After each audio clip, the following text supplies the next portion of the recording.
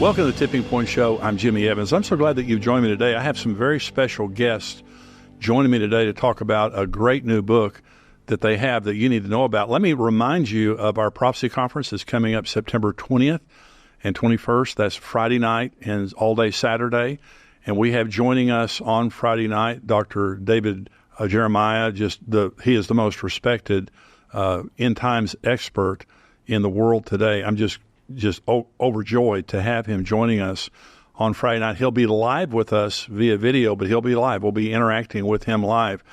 And, the crazy world that we're living in, who knows what it's going to be like by September, but we're going to be hearing his view on what's happening related to the end times. And so I just can't wait for him to be with us. I'll also be speaking a little bit on Friday night after him. And on Saturday, my dear friend, and this is just, again, such a wonderful blessing, we have Max Lucado, who will be with us. He is the best-selling Christian author of all times, except for the Bible. His books have sold more than anything else, and he has a new book on the end times. And so he'll be there sharing, along with Rabbi Jonathan Cahn, Pastor Ed Young, the pastor there of Fellowship Church, Mark Hitchcock, Billy Crone, myself will all be there ministering on Saturday. It's going to be a fantastic time. What an important time to be getting together with other believers and hearing this great teaching that we're going to be hearing, but also just encouraging each other in the fact that we're standing in this ungodly world, waiting for Jesus to return and being equipped in this conference. Come, bring your friends, bring your family, bring a group from church. We'd love to have you. And if you're a subscriber, if you're a paid subscriber to endtimes.com, you get a 50% discount. And so our seating, by the way, is reserved. Go on endtimes.com and go to the conference. You can select your seats. And we have seats, by the way, under the balcony and also up in the balcony. They're $50. If you're a paid subscriber, it's $25. And so you can bring a lot of people. We want to pack it out. We want to have a great time. And so be with us on the 20th and 21st of September. Go right now to endtimes.com and make your reservations there, buy your tickets. So today I have joining me on the show, first of all, Troy Anderson, who is a Pulitzer Prize-nominated investigative journalist and best-selling co-author of The Babylon Code and The Military Guide to Armageddon. He is vice president and COO of Battle Ready Ministries and co-founder of Revelation Watchers. And with him is Pastor Paul Begley. He is the host of the syndicated television show The Coming Apocalypse. He also hosts a very popular YouTube channel. He's the co-pastor of Freedom Fellowship Church in the Villages, Florida, and the Community Gospel Baptist Church in Knox, Indiana. He's also the co-founder of Revelation Watcher. Troy and Pastor Paul are with me today to discuss their new book, Revelation 9:11, How the Book of Revelation Intersects with Today's Headlines. Well, your book is called Revelation 9:11, How the Book of Revelation Intersects with Today's Headlines. Gentlemen, thank you for being here. This is a great book. And the book of Revelation is coming true before our eyes. It has been for many years, but now we have October 7th, everything that's happened since then. It's just absolutely amazing.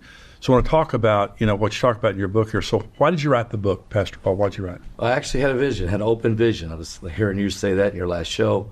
And I seen these letters, Revelation 9:11, literally. And it was suspended in the air. And I said, Lord, what is this?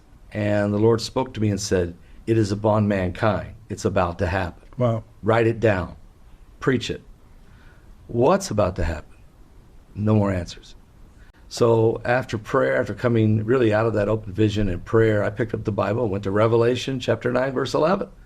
And it talks about this creature, Apollyon, coming out of the bottomless pit and bringing the hordes of hell with him, basically, and then unleashing 4 more fallen angels under the river Euphrates and creating the 6th trumpet war.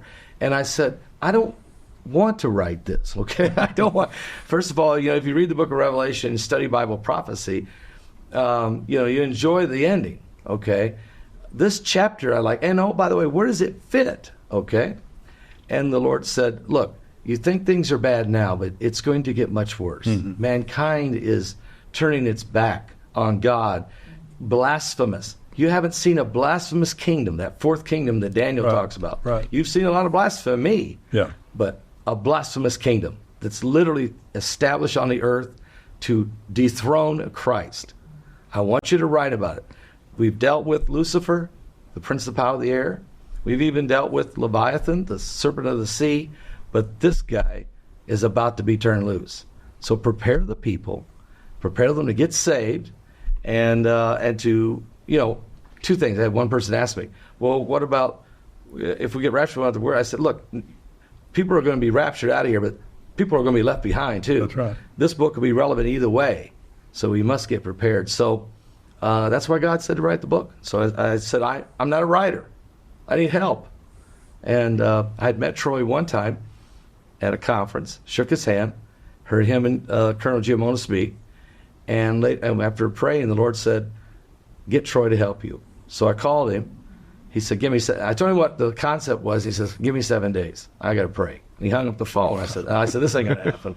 Again. But he came back, and I really appreciate it. He's a great writer. And he's a great writer. He helped us. So do you believe, and you're talking about the Antichrist, when I see the things that are happening after October 7th, because it's a horrible situation going over there, and we've written a series of books called What's Next? And people ask me, what do you think is going to happen next? Well, I don't, there's wars and all kinds of things that are going to happen, but the big events are the rapture and the Antichrist. The rapture could happen at any time. Right. But the Antichrist, this is the world of the Antichrist. And I said last year when AI came out, AI is announcing the arrival of the Antichrist. And so do you guys believe do you think the Antichrist is alive and out there somewhere? Yeah, I mean, many different, Bible prophecy experts I've interviewed say that most likely the Antichrist is alive today, because just look at everything we see happening today. It's like all these world events are preparing the world for the arrival of the Antichrist. And now for the first time in history, we have artificial intelligence, we have electronic banking, we have computer chip implants, brain implants. I mean, for the first time, we could actually have this mark of the beast system that the Antichrist presides over. And I think artificial intelligence, the Apostle John talked about the image of the beast. Is that some kind of reference to artificial intelligence? Could the Antichrist be a combination of artificial intelligence, transhumanism, some kind of hybrid? I think these are questions we need to ask. Well, this is the world. I mean, this is the world we're living in. So you talk about 2,500 Bible prophecies that have already been fulfilled. Mm-hmm. And so it says with 80% of the prophecies being fulfilled. What does this mean? We're in the final days? We're in the final few years? I believe, yes. I believe we're in what I would call the end time era of the stretch run, if he was at the Kentucky Derby.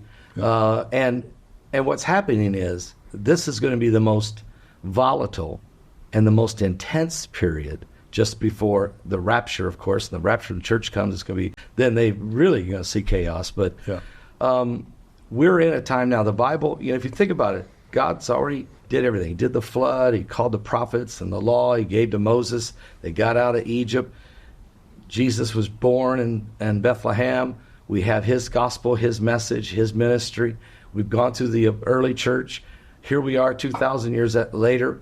And the rebirth of Israel, 1948, huge. The attack on Israel, October 7th, huge. Maybe even, we're at the verge of seeing the red heifers and the burning of the ashes, the building of the temple. I mean, we're really in the stretch run. So what people should realize is God is now going to speak with a clarion call. Pastors like yourself and ministries like yours and others all over the world are going to have to stand on the hill and literally cry loud and spare not, okay? Right. The King is coming. So we really feel like if you look at it, there's nothing else Jesus to do but come back. I mean... Well, this is it. Right? This is the world. Jesus said it would be like the days of Noah and Lot, buying, selling, marrying, giving in marriage, planting, building. In other words, business as usual in a very evil culture. Yeah. And that's exactly what we see today. Now, you guys talk in your book about the woke agenda, cancel culture, green religion. That's pervasive. It's everywhere that you go. So what do you think about that? What do you guys talk about?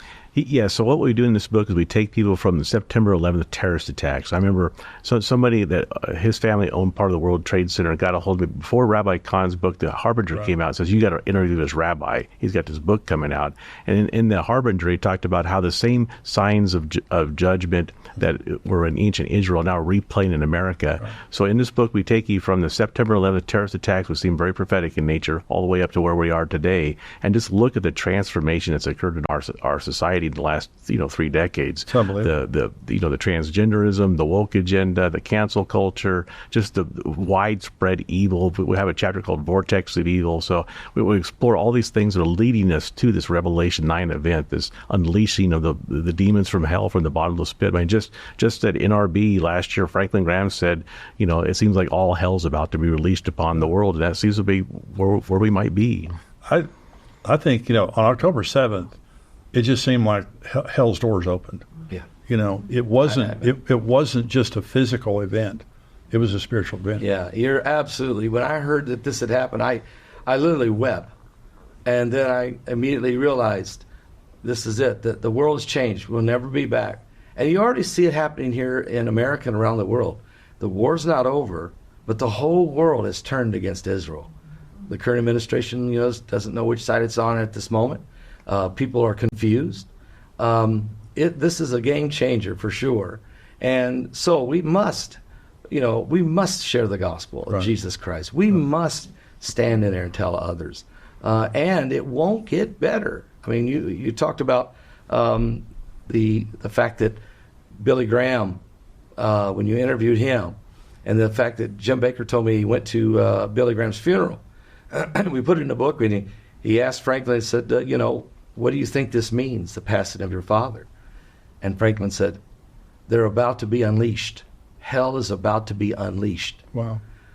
And so when this vision came to me, and I didn't know this story, I never heard this story, and the Lord spoke to me about, it's upon mankind. Write it down, make it plain. Now I begin to see it. We couldn't get the book out. It was at the press when October 7th happened. We had to get in there real quick and get that in there before. So we realized time is getting very, very close to the rapture. And so until then, the fields are white for harvest. We got to get people to Christ. Well, the World Economic Forum, you talk about the beast kingdom. Before we went on the air here, we had a woman that was in the studio audience that was telling us that she lost her daughter and son to her husband because I think it was her daughter was identifying as a boy. Okay. And she would not recognize that, and her husband did, so he took the kids away from her, and she's now fighting that. I just never thought I would see that day. I never thought that we would be alive in this type of deception. 2 Thessalonians 2 says that before the Antichrist appears, that Satan will come with all unrighteous deception. And that's what it seems like we're living in the midst of right now. Yeah, in Revelation 9:11, we talk about how does this happen? This poor mom, in this situation, and that there's been a concerted campaign. Of course, it's spiritual in nature at its root, but for decades now, there's this very powerful organizations like the World Economic Forum, Bilderberg Group, all kinds of secret societies and things like that are orchestrating this massive transformation. It's occultic in nature in many cases, and so this is all part of a concerted plan. There's actually an FBI guy who wrote a book called The Naked Communist in 1958, and he listed 50 things that the communists plan to do over the next 5-6 decades to completely transform America. And if you look at the list, it included all these things like the transgender push, the relax the obscenity laws, all these different things. And almost every one of them has been fulfilled except for the creation of a world government. So it's amazing what this covert campaign that's been going on behind the scenes has accomplished. We had Easter Sunday, President Biden. It was the transgender day of visibility, and there was an outcry, obviously from the Christian community and whatever, but on Easter Sunday. And it's just they're trying to, not just, disrespect our faith. They're trying to obliterate our faith and to replace it with these ideologies that are heretical and blasphemous. Blasphemous. It's a blasphemous kingdom. It's Revelation says it comes out with 7 heads with the names blasphemy. Right. And they blaspheme his name, and they try to dethrone Christ. So take Easter Sunday, take Resurrection Sunday, and establish something else. This kingdom of darkness that's about to, I hear that the tracks are being laid, the train's about ready to come, and we can see it. And we write about it in this book. We want to break it down. We know there's a lot of people who don't know anything about what we're talking about right here. Right. They just think that this is the way things are. We need to evolve. We need to, just go along with the flow. We can't go along with the flow. No. God isn't going along with the flow. So it was very important, I think, to bring all of these aspects into the concept of the unleashing of darkness. The light will win. Oh, sure. But you got to warn. We're watchmen. Right. We see a sword coming. If we fail to warn the people, God will require that blood on our hands. And so we warn them, and then we show them the good way. Yeah. And that's what we have to do. I've been preaching on end-time prophecy for 42 years. And, I used to preach on end-time prophecy back in the 80s. I was preaching on prophecy, and I would say, it's going to get worse. And I thought to myself, how could it get worse? We have R-rated movies, on HBO and stuff like that. Right. And you look at this world today, it's the world of the end. This is the kingdom of the Antichrist. Amen. The only thing we haven't seen is him appear. So the World Economic Forum, Klaus Schwab, is that a precursor of the beast system? Yeah, absolutely. If I was doing a movie, I would choose this guy to play the character. but and his sidekick probably let him be the false prophet. But anyway, the World Economic Forum, that's been around about 50 years, has been preaching this one world conglomerate. And you see it happening. Big bank, big tech, big media, big pharma. Eisenhower told us to beware of the military-industrial complex. That's right. We're watching all of these things come together, and the World Economic Forum makes no bones about it. They blaspheme God right from their podium. Yeah. They bring in the top CEOs, the top prime ministers, presidents, Congress, members of different parliaments, and all of the Big Ten. I'll call them the Big Ten. Kings. We're getting ready to write a second book here, but they're all coming together. So when you look at what's happening, we are so close. It is the era of the Antichrist. That's right. And I do believe he's alive. He could be in his 30s. I think he's probably being trained. Maybe there's 100 of them being trained, one to be chosen. Right. And when you think about the man of sin, I think the Bible calls him the son of perdition. This thing enters into him. The only other guy in the Bible called the son of perdition was Judas Iscariot. Right. And it said Satan entered into him. Right. So we're getting so close to that hour. So we, again, take a look at the World Economic Forum. And Troy mentioned it. We talk about all these different secret societies, and we go through them. I think it's important. It opens some eyes. Well, the thing that's happening right now is like on October 7th, you see the world turning against Israel. I was at the embassy, the Israel embassy in Washington, D.C. Several months ago, and I watched a 45-minute video of the actual attack, and we saw 139 Israelis murdered on that. And before they introduced the video, they said, we have edited out what they did to the babies. But what they did, we just saw, it was just the most unbelievable. And one of the reasons they were showing us this, they showed us this video, and they said, we don't want Israelis to see this video because this is their family members, their friends, and things like that. We want you to see this because everybody's saying it's a lie, that either it didn't happen or the Israelis did it to their own people is a pretext for invading Hamas or whatever. The level of deception, the level of lies, but the most supernaturally evil thing I've ever seen in my lifetime was in response to the Hamas attack, people turned against Israel. And like 2 days after, my friends were in London, 2 days after the October 7th attack, and they drove from the airport to their hotel. And from the airport to their hotel, they saw pro-Palestinian demonstration all throughout London, not one pro-Israel demonstration. So the world has turned against Israel. And I look at this myself, and they're just in this impossible situation. Well, that's when the Antichrist steps in. Isn't that right? Exactly. I mean, he's the answer man. No one can answer the problem, and he steps in and answers the problem. What do you think about that? Yeah, I mean, it's just so incredibly difficult to see the world turning against Israel. The Biden administration proposing this two-state solution. Of course, the Bible warns against dividing the land of Israel. I mean, there's different books we've read in the past say every time America would even move in that direction, be some kind of disaster that would occur here. So, and the whole world is this rise of anti-Semitism at major colleges. It's shocking to see this happen. And the Bible tells us Israel is the apple of God's eye. That's right. It's the center of the Bible, and the Word of God was conveyed to us through the Jewish people. And so in Irvine, where I live, there's hundreds every Sunday, or sometimes thousands of people protesting for the Palestinians, for this thing. And so many people are being deceived by all the propaganda. There's billions of dollars being spent behind the scenes to perpetuate this propaganda. Well, so right now we just had the eclipse, the great North American eclipse of April 8th.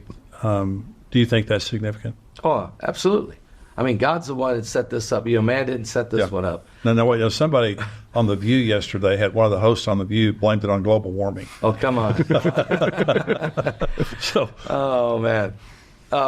No, I mean, this is God's prophetic sign. He said it in Genesis 1:14 that He made the sun, the moon, the stars for signs and seasons and days and years. Right. When Jonah entered into Nineveh, it was June 15th, 763 BC, a major solar eclipse. Wow. That's why Jesus said when they asked him, show us a sign, he goes, look, you're not going to get anything except the sign of the preaching of the prophet Jonah. Which happened when Jesus died. When Jesus died, we had another eclipse. God sent the sun backwards or tilted the earth for Hezekiah. Right. He kept the sun up for 24 hours or stopped the earth for Joshua. So God's in control, not Al Gore or anybody else. Okay, so now what happens is, after we saw this sign, I said, God, I know it's a sign, and you crossed in America, so you've looked into the prophetic future. What are you saying to us? Is this an American sign? Is this a church sign? And the Lord was revealing to me that it's both. Every individual person has to make up their decision where they're going to be with God. And you can get in the kingdom of God, and even if the nation you live in is godless, you're still in the kingdom. Right. But also it's a Nineveh moment for America. We've got to choose who we're going to be.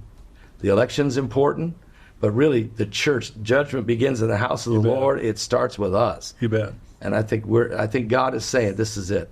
Get ready, get the people ready. Prophetic sign.